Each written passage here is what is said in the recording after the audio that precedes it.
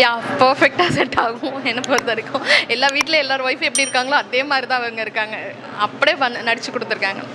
நித்யா மேனன் கேரக்டரும் செம்ம மாசாக பண்ணியிருக்காங்க. இப்போ கேர்ள்ஸ் எப்படி இருப்பாங்களோ அடாவடியாக அதே மாதிரி இருக்காங்க. அண்ட் விஜய் சேதுபதி சார் வந்து அதுக்கு இறங்கி போகிற மாதிரி எப்படி ஒரு ஹஸ்பண்ட் இருக்கணுமோ அந்த மாதிரி இருக்காங்க. நல்லா இருந்தது பார்க்குறதுக்கு. மற்றபடி புதுசாக டிஃப்ரெண்ட்டாக எதுவும் சொல்ல வரல. ஸோ பாண்டியராஜன் பொறுத்த வரைக்கும் அவர் எமோஷ்னலாக கனெக்ட் பண்ணுவார் மக்களோட. பட் இந்த இடத்துல காமெடி கலந்து எமோஷ்னலாக இருந்தது. படம் ஃபுல்லாகவே வந்து ஸ்டார்டிங்லேருந்து எண்ட் வரைக்கும் காமெடியாக இருந்தது. எந்த ஒரு லேகுமே இல்லை.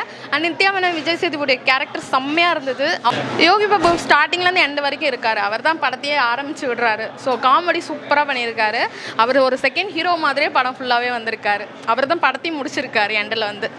ஒரு சில சீன் தான் சென்டிமெண்டல் எமோஷ்னலாக இருக்கும். மற்ற எல்லாமே கொஞ்சம் ஃபோர்ஸாக அரகண்ட்டாக ஆர்கியூ பண்ணி அப்படி தான் கொடுத்துருக்காங்க.